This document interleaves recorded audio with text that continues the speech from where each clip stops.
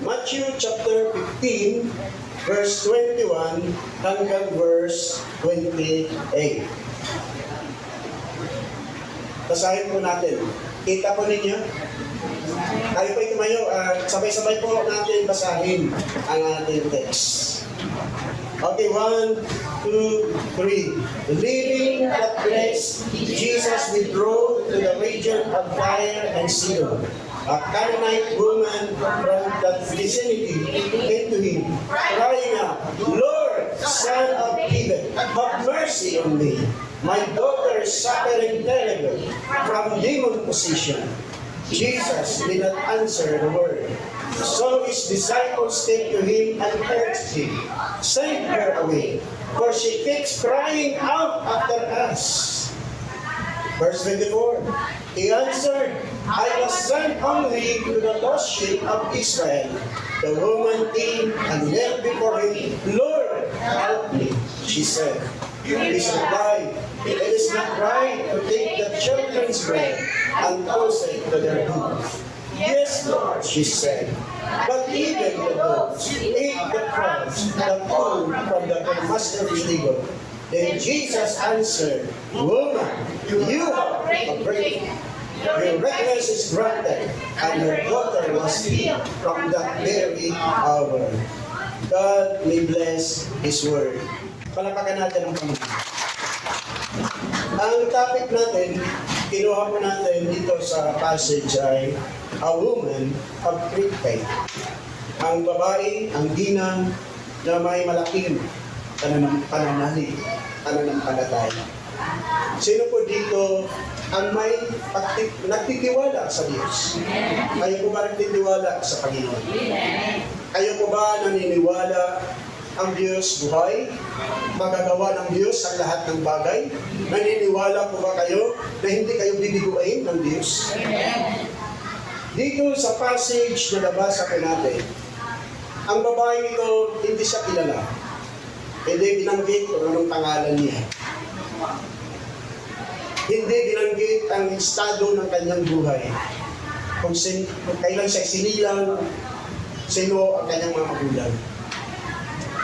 Ang nakita ko dito, ang babae nito ay is a woman of faith.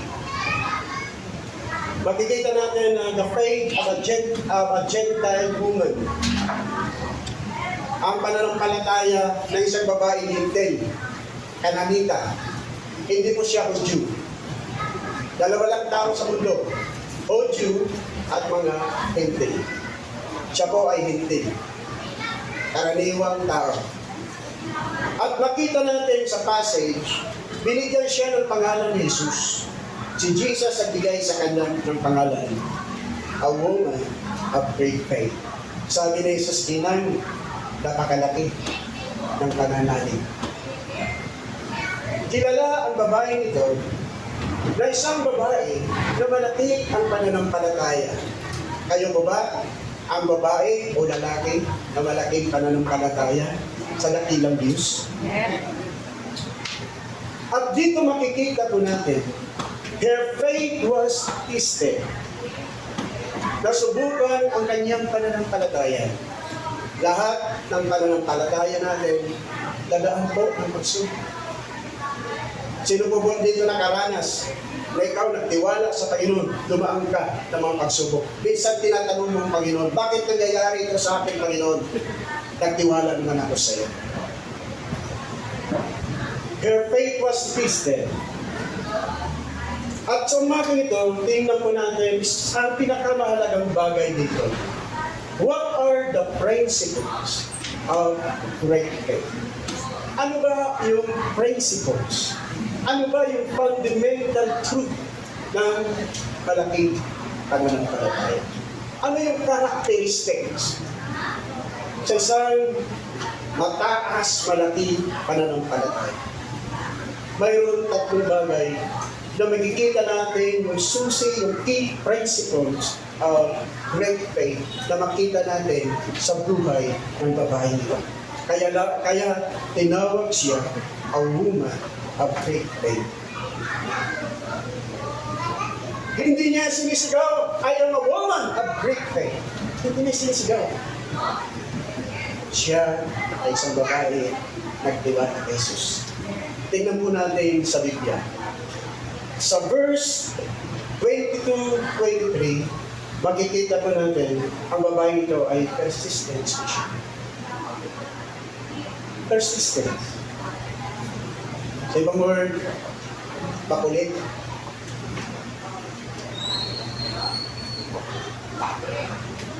Makulit ang babae ito. Matyaga. Sabi sa verse 22, at ang sabi po sa nabasa natin, galing si Jesus sa Galilee, pumunta siya sa region malapit sa boundary ng Tiro at Sidon. Ang Tiro at Sidon, hindi po sila mga Israelites. I believe, sa bawat lugar na pinupuntahan ni Jesus, there is a purpose. Amen? Hindi pumupunta si Jesus sa isang lugar na walang layunin. Nandoon siya for a purpose. At nung dumating siya sa vicinity ng Sidon at Tiro at Sidon, isang babaeng Kananita, kilala na siya po ay mayroon malaking problema. Mayroon siyang malaking problema. Mayroon siyang mabigat na problema. Ang problema niya, ang kanyang anak, sinapian ng masamang espiritu, pinahihirapan ng demonyo. Masakit yan sa mga nanay. Ang problema ng mga anak natin, masakit yan para sa mga magulang. Pag ang anak nakakasakit, yung puso ng mga magulang parang tinutusok yan. Dahil doon sa malaking problema, at timing na si Jesus napadaan sa lugar na yun. Nung nakita niya si Jesus, sumisigaw siya. She was pleading, crying. Ang sabi niya, have mercy on me, O Lord, Son of David. Tinawag niya si Jesus, Lord. Ano ibig sabihin ng Lord? She believed Jesus is Lord. Pag sinabing Lord sa Biblia, the Lord is God. Ang paniniwala niya kay Jesus, hindi lang si Jesus. Si Jesus ang Diyos. Sumisigaw siya, Lord, have mercy on me. Ang anak ko pinahirapan ng demonyo. Tulungan mo ako, Panginoon. Sumisigaw siya. Hindi niya linuwayan ang Panginoon sa kasisigaw. At sabi po ng Biblia, walang sign, walang palatandaan na siya po dininig ni Jesus.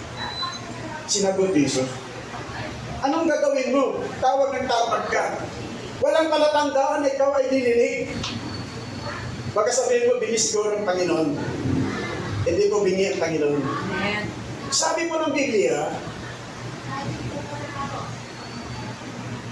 sa verse 22, isang Kananiya nakatira doon ang lumapit sa kanya na sumisigaw, Panginoon, anak ni David, maawa po kayo sa akin.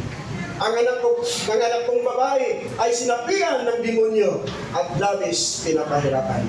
At sa verse 23, ngunit hindi sumagot si Jesus. Hindi siya sumagot. Alam ko naririnig ni Jesus ang kanyang tinig. Narinig niya ang babae ito nagmamakaawa. Ngunit walang sagot. Walang response. Ang sumagot dito, sino? Ha?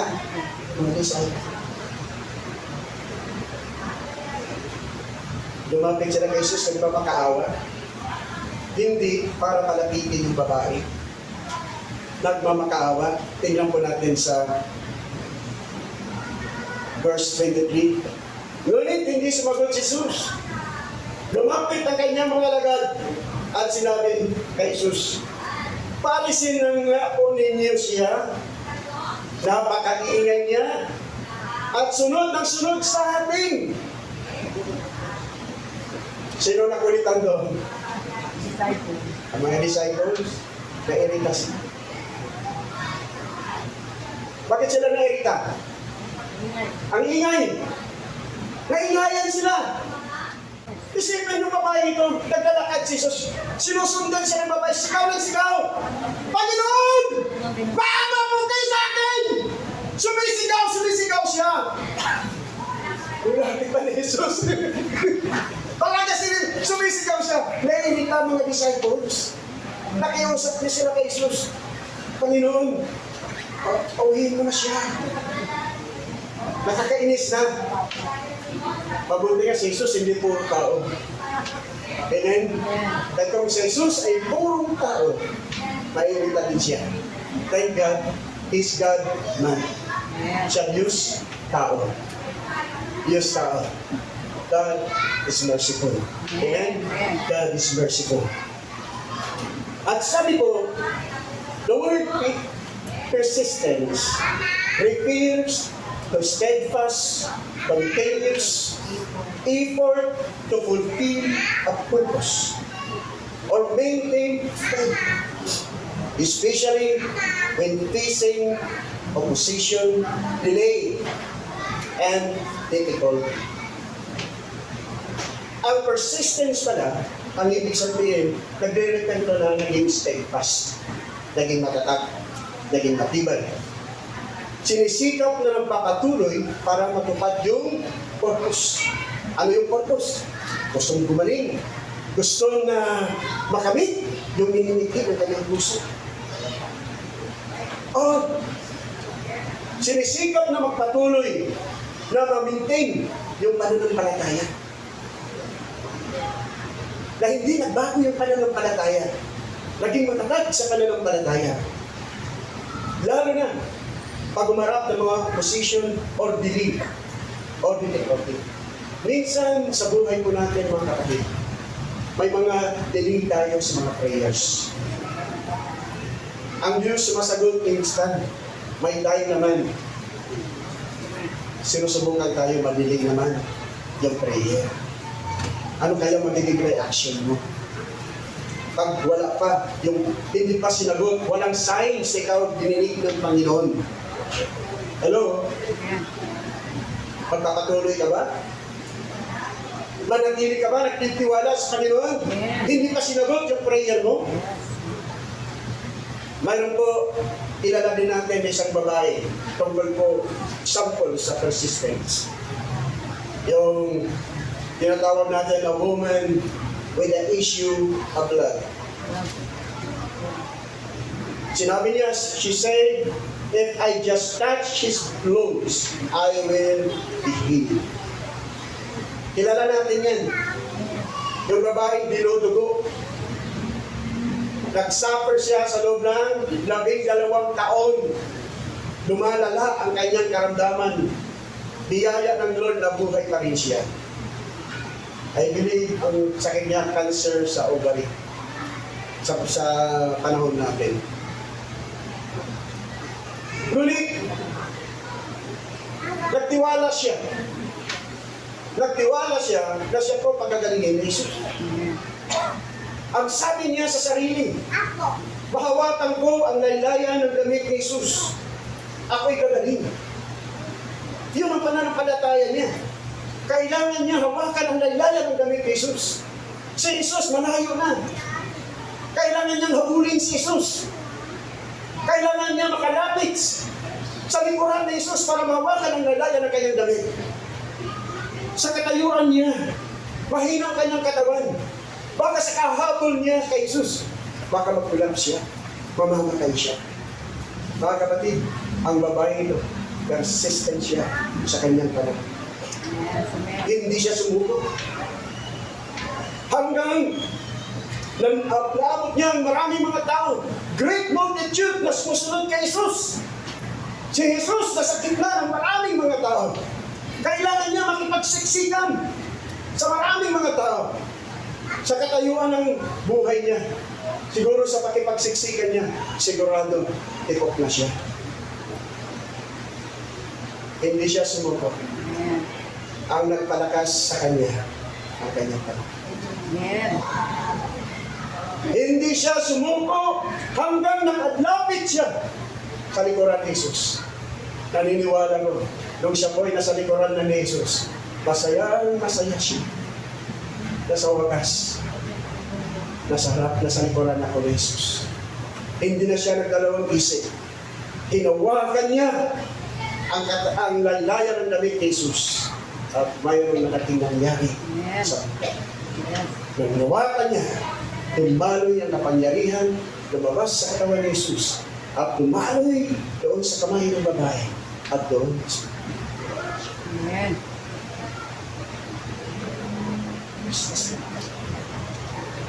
ganon din yung babae.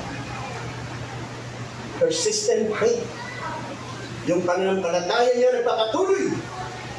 Another example makikita natin sa Biblia. Elijah's prayer.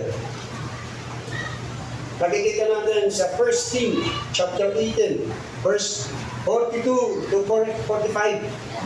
Sinabihan ni Prophet Elijah si King Ahab, kumain ka, uminom ka, narinig ko ang malakas na ulan.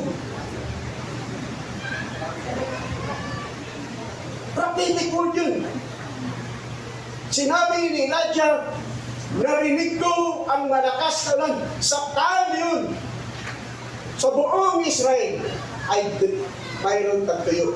3.5 years. Walang sign ng ulap na makita sa kalangitan. At ang sabi ko dito, the prophet prayed 7 times for rain before a cloud finally appeared.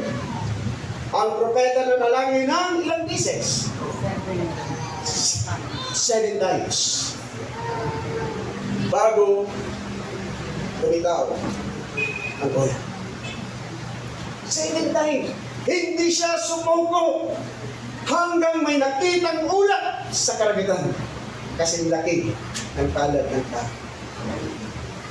At inutusan niya kanyang alipin. Sabihin mo kay Aring Ahab, magmadali na siya bago siya pahintuin ng malakas. Dumating malakas sa Israel. Persistent. Napakalaga po na maging persistent tayo. Maganda rin ang minsan sa pakarapan ng Panginoon maging makulit tayo. Amen. Amen? Amen. How to cultivate persistent faith? Paano po ba ma-cultivate yung persistent faith? Stay in the Word, believe God's promises. Manatili ka lang sa Word. Manatili ka sa salita ng Diyos. Panghawakan mo ang salita ng Diyos. Magtiwala ka sa mga pangako ng Diyos. Nang sabi ng Diyos, hindi ka niya iiwan. Palagi siya kasama natin. Believe God's promises. Yung mahalaga na alam natin yung mga promises ng Diyos. Amen. Amen? Pag hindi mo binasa ang salita ng Diyos, hindi mo malalaman ang mga pangako ng Diyos. Ito yung manual. Ito yung guide. Amen? Amen. Ito yung manual ng buhay. Pag palaging cellphone lang hawakan natin, hindi mo matutuklasan yung mga pangako ng Diyos. Na nandito sa Biblia, punong-puno ng pangako, ang pangako yan ay para sa iyo. Amen. Para sa atin. Ang pangako na yan. Focusing on God's promises rather than immediate result.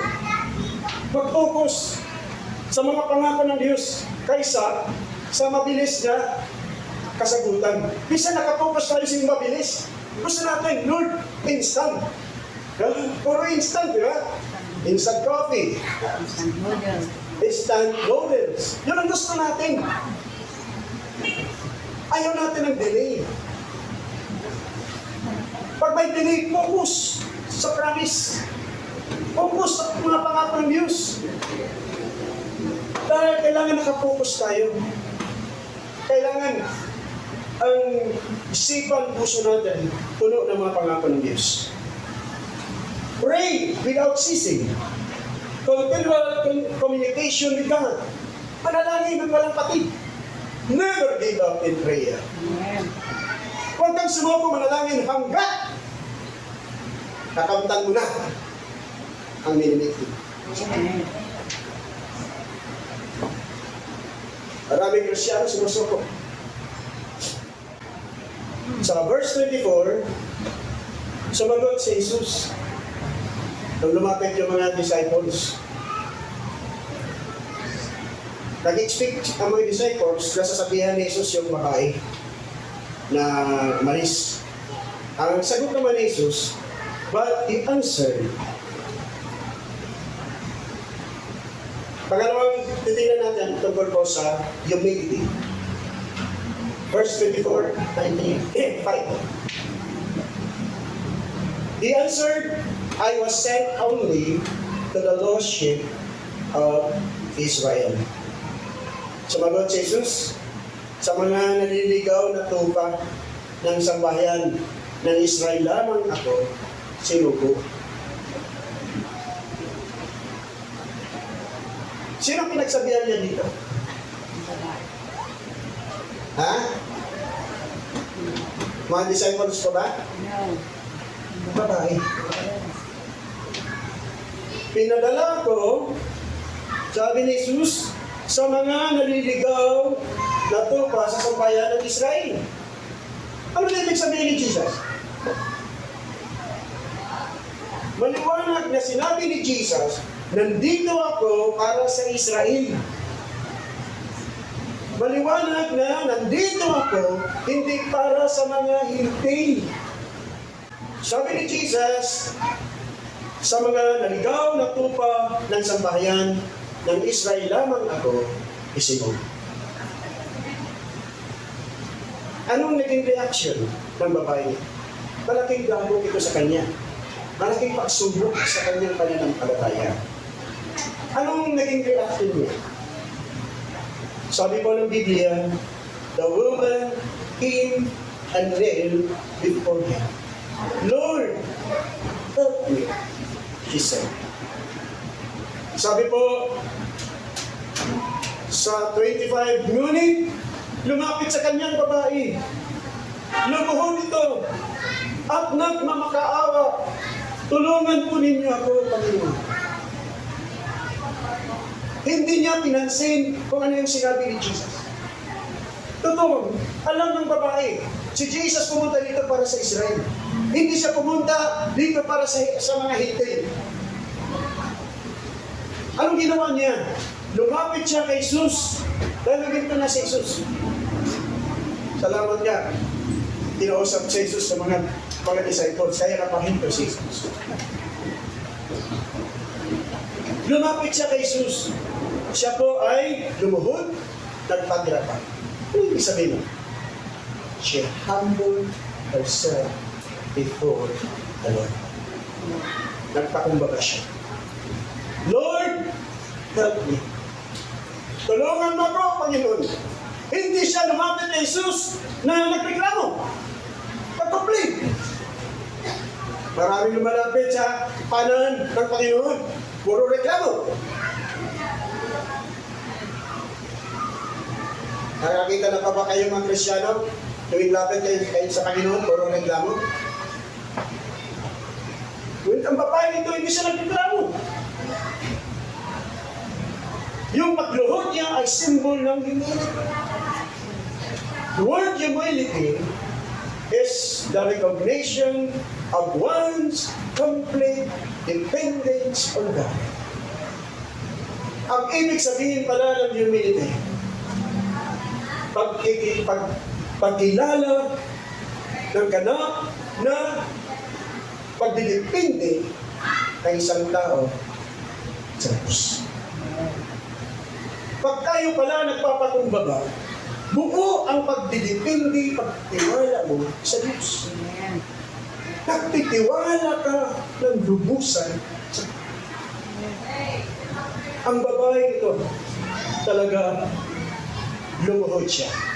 Sa ibang translation po, na makikita po natin, she came and worshiped Him pleading again, Lord, help. Sa ibang translation makikita mo, yung ipinakita niya na lumuhod siya. Sa ibang translation, lumapit siya, sumamba kay Jesus. Naniniwalang babaeng ito na si Jesus is worthy of worship. Amen. Sinamba niya, Panginoon, Lord, help me. Tulong me. I worship. Anong sabi po ng Psalms? Sabi ng Psalms, come, let us bow down in worship. Let us kneel before the Lord our Maker. Psalms 85 verse 6. Halika kayo! Magpatira pa tayo! Sambahin! Sumamba! At lumuhod tayo sa harapan ng Panginoon natin. Hallelujah. Sambahin natin siya. Hindi ko na nilagay ito. Worship. Amen? Alam niyo, yung pag-humble pala sa harapan ng Panginoon, yung pag-worship natin kay Lord, signs of complete. Nais ng Lord yung desire. Tayo po, we are created for a purpose. Ang purpose ng Lord na nilikha niya tayo para sambahin ang Diyos. Amen. Siya lamang ang sasambahin po natin. Makikita po natin sa Biblia, the King Hezekiah's humility. Yung pagkapakumbaba po ni Hari Hezekiah. Si King Hezekiah, marami siyang hinarap ng mga problema. Kayo po ba? Tumarap ng maraming problema? Amen. Natural lang yan ang problema. Habang nabubuhay tayo, palagi tayo may problema. Pag wala ka ng problema, wala ka na dito sa mundo. Habang nandito ka sa mundo, palagi ka may problema. Minsan yung problema, tinitulog ng Diyos. Dahil sa kabila ng problema, may blessing. Amen? Palagpagan natin ang tayo. Isa sa pinakamabigat na problema ni Haring Hezekiah, nagkasakit siya na wala ng lunas. Yan po yung problema. Wala ng lunas. Ibig sabihin, hindi nagagaling. Pag hindi nagagaling, anong ibig sabihin nun? Ito na. Mamamatay na. Ang nakasakla pa dito, pumunta pa ang propeta ng Diyos, si Prophet Isaiah. Si Prophet Isaiah, isa sa mga major prophet. Lahat ng sinasabi ni Prophet Isaiah nangyayari. Anong sinabi ni Prophet Isaiah kay Hezekiah? Sabi ni Prophet Isaiah, mahal na hari, sabi ng Panginoon, ihanda mo na ang inyong tahanan. Sabi ng Lord, hindi ka na gagaling, mamamatay ka na. Prangka! Ano kayo naramdaman ni Hezekiah? Tapat naman siya. Namuhay matawid. At ngayon hindi siya gagaling. Ano naging reaction niya? Sinisipan niya ang Diyos? No. Nag-remember ba siya sa Panginoon? Eh, sabi ng Bible, he humbled himself before the Lord. Ang sabi po ng Biblia, sa 2 Kings, chapter 20, verse 2, remember, O Lord, how I have walked before you faithfully and with wholehearted devotion and have done what is good in your eyes. And Hezekiah wept bitterly. Nangangis siya. Very simple panalangin. Ang prayer niya, remember me, Lord. Alalahanin mo ako, Panginoon, paano ako lumakad sa harapan mo na may katapatan. Buong puso na namuhay matuloy. Buong puso naglingkod sa iyo. Gumawa ko yung kung ano yung mabuti. He is a righteous king. Namuhay siyang righteous, blameless before God. si King Zigaya. Pagkatapos, umiyak siya ng umiyak. Bumahabol-hol. Umiiyak siya ng umiyak. He's worshiping before the Lord. Wala na siya masabi kung umiyak na umiyak. He humbled himself. He acknowledged the greatness of God. Hindi niya masisisi ang Diyos. Kung wala ng Lord, mangyayari yung wala ng Panginoon. But right. At yung thirst, yung mga luha na lumalabas, tumutulog mula sa Panginoon, nagbago ang isipan ng Diyos. Nabago ang plano ng Diyos. Nasa pintuan pa si Prophet Isaiah. Kinausap na ng Panginoon. Balik ka doon sa lingkod ko. Sabihin mo sa kanya, gagaling siya at mabibigyan pa siya ng 15 years mabuhay. Nangyari yan dahil he humbled himself.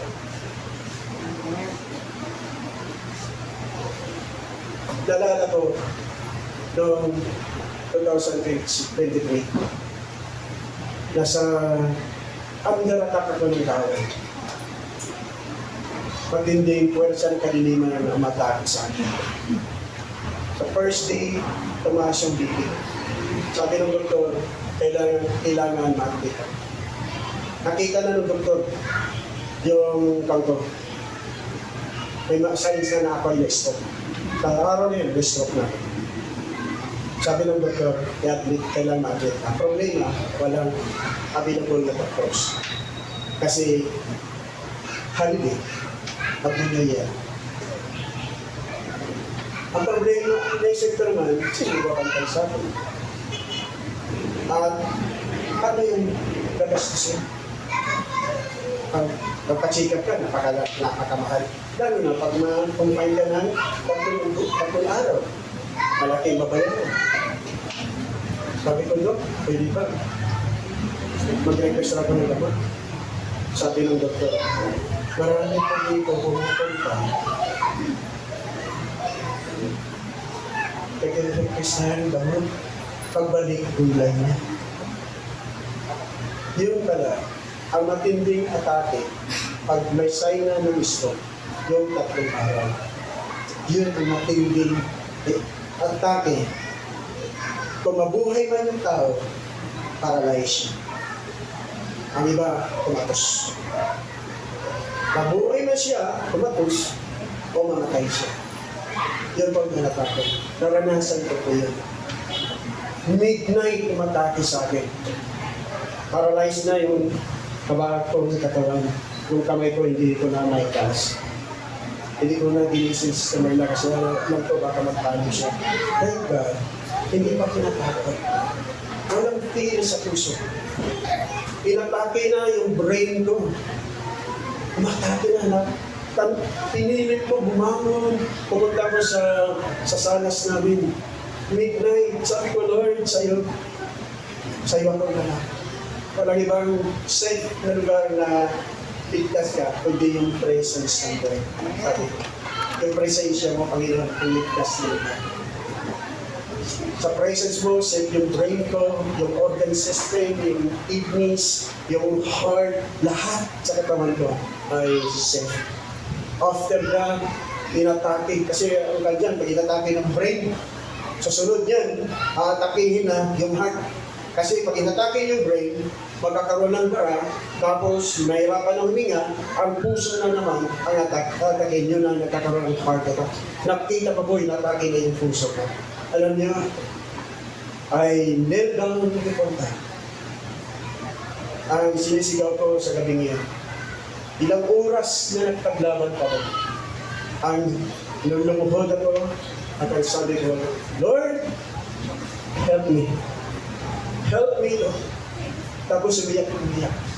Bumahagul doon ako sa iyak. Umiyak ako. Eh kung nakatay na noon, nag-gising na ako na yung sister mo, patay na. Iyak ako. Alam mo, magulog talaga ako. Habang umiyak ako, hindi mabot ng 15 minutes, kumalala yung puso. Namalalim ko, alasing ko na ng umaga. Pakiramdam ko, ang ganda ng pakiramdam ko. Tumayo ko, lakad ng lakad. Sabi ko, Lord, thank you. Binigyan mo ng panibago. Salamat for the strength. Salamat. Nirescue mo ako sa kamay ng kaaway. Amen. Ano nakakabuti? Pag may problema, biyak kang ka. Hindi, kapit ka sa precious of God. Pagpakumbaba ka na. Sabi ko dito, sabi ko ng Biblia, humility is the gateway to grace. For God gives grace to the humble, but He resists the proud. Ang humility, ang pagpakumbaba, yun ang pinituan sa biyaya. Kung nais mo maranasan yung biyaya ng Diyos, ang magpakumbaba, yan ang pinituan. Dahil sabi ng Biblia, ang Diyos nagbibigay ng biyaya sa mga nagpapakumbaba. Ibinabagsak niya, nire-recess niya ang mga nagmamataas. Sabihin mo sa katabi mo, kapatid, huwag ka na magmataas.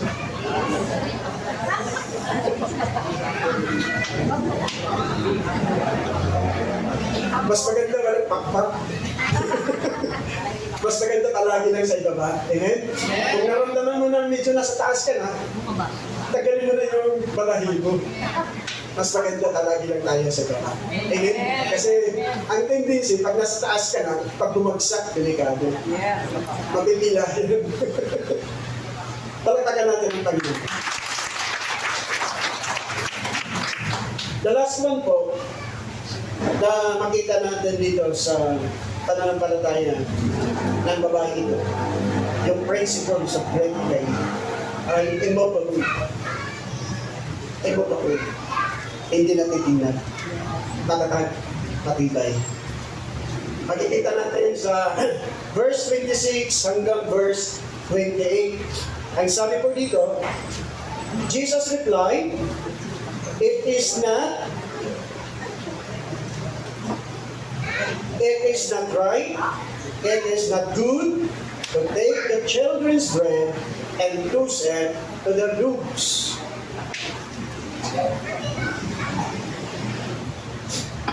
Ano sabi ni Jesus dito? Ang sabi ni Jesus, sumagot si Jesus, sinabihan niya yung babae, hindi dapat kunin ang pagkain ng mga bata at ibigay sa mga aso. Ano ibig sabihin ni Jesus?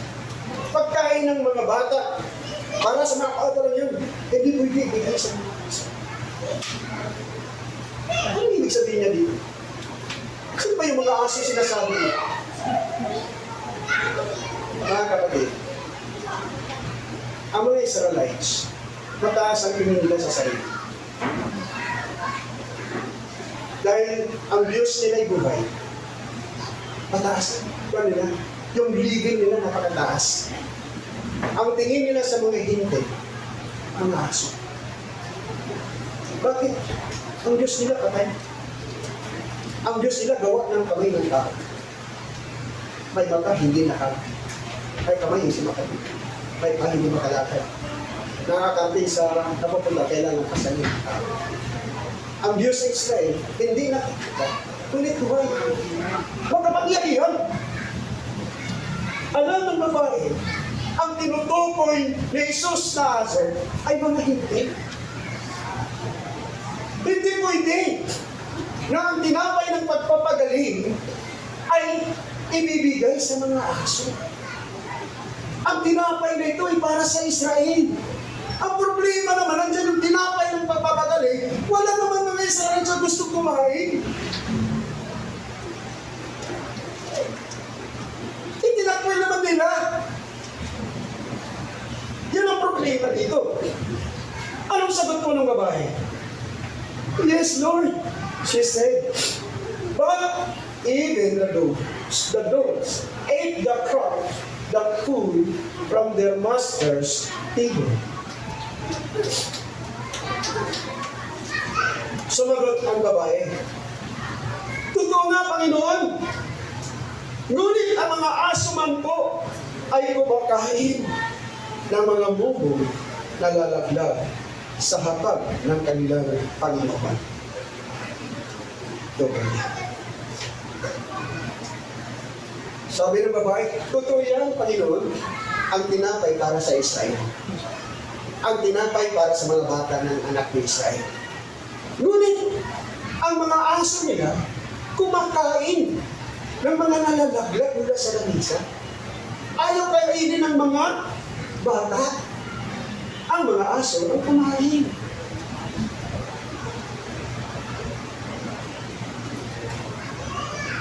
Ano ang sagot ni Jesus? Jesus answered, Woman, you have great faith. Your request is granted. Si Jesus ang nagsabi. Hindi ang babae nagsabi, ako ang babae, malaki ang pananampalataya. Hindi siya nagsabi. Jesus himself. Bakit? Sinabi ni Jesus, ginang, napakalaki ang inyong pananampalataya. Mangyayari ang inyong request. Mangyayari ang desire ng inyong puso. Ibibigay kung ano man ang inihiling mo. Ibibigay siya. Malaki ang inyong pananampalataya. Immovable refers to being firmly fixed, steadfast, unyielding in faith and commitment to God, refusing to be swayed by trials, doubts, or worldly pleasures. Ang ibig sabihin pala ng immovable, nag-refer pala yan ng pagiging firmly fixed, talaga matatag, matibay. Yung nakapix yan. Kung sa malaking puno ay grounded. Kung malaking building, talaga nakabuild siya ng malalim ang kanyang pundasyon. Hindi kayang yanigin. Steadfast, unyielding in faith. Matibay sa pananampalataya. Amen. Matatag sa pananampalataya. Hindi kabubuwal ang pananampalataya. Pag hindi matibay yung pananampalataya, madali matisod. Hello? Madali matisod. Ako dati, muntik ako matisod. Thank God, napagtagumpayan ko. Kasi nung natisod ako, wala akong ngayon dito. Kailangan firm yung faith natin. Maintain yung faith mo natin. Establish. Steadfast yung pananampalataya mo natin. Refuse to be swayed by trials and doubts and worldly pleasures. Hindi kayayanin. Anumang pagsubok, anumang tagailangan, anumang mga kasiyahan sa mundo, yung faith ay established. Amen? Amen. Nalala niyo yung pananampalataya ni Job? Immovable yung faith ni Job. Hindi na yanig. Dumaan si Job ng matinding pagsubok sa buhay. Napakabigat ng problema. Sinubukan ang kanyang pananampalataya. Ang pananampalataya ni Job ay immovable. Steadfast. Isipin nyo, namatay ang lahat ng kanyang mga anak. Napakaganda, napakapogi ng mga anak niya namatay. Ang masaklap doon, hindi pa isa-isa. Lahat sila namatay. Lahat ng mga alagang mga bakahan ni Job, dinakaw, ang iba tinatay, mga alipin niya tinatay. Isa na lang yung iniwan. Ang nakakasaklap na dyan, nagkasakit siya. Matinding sakit. Buong katawan niya may mga bukol. Mahap din bukol. Matinding pagsay. Ngunit, yung faith niya ay mabaloy. Hindi kayang gibain ni Satanas ang kanyang pananampalataya. Ano yung susi ko niya? Ang sabi ni Job sa Job 23 verse 12, I have treasured His words in my heart. Pinahalagaan ko ang inyong salita, ang kanyang salita sa aking puso. Sa ibang translation, pinahalagahan ko ang inyong salita higit pa sa pang-araw-araw na pagkain. Panginoon, ang inyong salita ang pinahalagahan ko higit pa sa pagkain araw-araw. Kayo po ba? Pinahalagahan po ba ninyo ang pagkain pang araw-araw higit pa sa salita ng Diyos?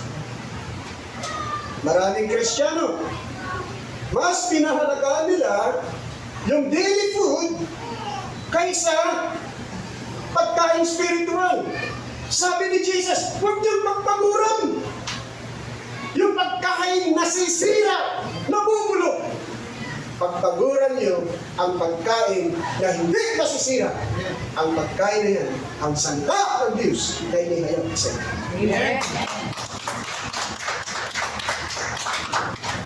Iyan ang sekreto niyo. Naging immobable ang kanyang faith dahil ang kanyang pananampalataya nakaugat ng malalim sa salita ng Diyos. Ang salita ng Diyos ang pundasyon ng kanyang pananampalataya. Mga kapatid, ang salita ng Diyos dapat maging pundasyon natin. Hindi lamang basahin natin, hindi lamang i-interpret natin ang salita ng Diyos, i-apply natin ang salita ng Diyos sa ating buhay. Ang isa pang sekreto ni Job sa chapter 2 verse 3 is blameless, a man of complete integrity. Pag grounded ka sa word, ikaw ay magiging lalaking babae blameless. Walang nasabi sa iyong tao. Ikaw ay buong buo ka na tapat. May katapatan sa Diyos. Kaya si Job, sa gitna ng pagsubok, nanatili siyang tapat sa Panginoon. Nanatili siyang banal, nanatili siyang matuwid sa harapan ng Diyos. Amen? Dapat yung faith natin ibubuhin. Kaya mga kapatid, mayroon pa isang versikulo, sabi ko ni Pablo sa 1 Corinthians chapter 15 verse 58, ang sabi ni Pablo sa mga Kristyano sa taga-Corinto, therefore, my beloved brethren, be steadfast, immovable, always abounding in the work of the Lord, knowing that your labor is not in vain in the Lord. Sabi ni Pablo, mga minamahal kong mga kapatid, maging steadfast, maging immovable kayo, magpatuloy sa gawain ng Panginoon. Pagpatuloy natin, amen? Amen. Tapusin natin yung gawain ng Panginoon. Tandaan po natin, yung pagkapagod natin, yung pagpunta natin dito sa church, pagdalo natin sa mga prayer meeting, pagpunta natin every Sunday, pagpunta natin dito sa prayer and fasting, yung mga ginagawa natin, hindi masasayang. Yung pagdalo natin ng mga training, yung pagdalo natin, pag-evangelize natin para maligtas mga tao, yung mga ginagawa natin, hindi masasayang. Ang Diyos ang magkagantimpala ko sa atin. Amen. Hallelujah. Alalahanin po natin yung tatlong bagay, yung tatlong principles of great faith. Tandaan po natin, being persistent. Maging persistent tayo, magpakumbaba tayo, humility, maging umubabol po tayo. Kapatid, kung ikaw ay persistent sa iyong pananampalataya, pag ikaw ay nagpapakumbaba sa harapan ng Panginoon, at ang inyong pananampalataya ay umubabol, sabi po ng Biblia, the Lord will give you the desire of your hearts. Kaya, ibibigay po ng Diyos ano ang desire ng inyong puso. Pag kayo po ay persistent, nagpapakumbaba, na imubabol ang inyong pananampalataya, katulad sa babaeng ito, ang desire ng kanyang puso, ibinigay ng Diyos. At ang sabi po ng Biblia, what the righteous desire will be granted.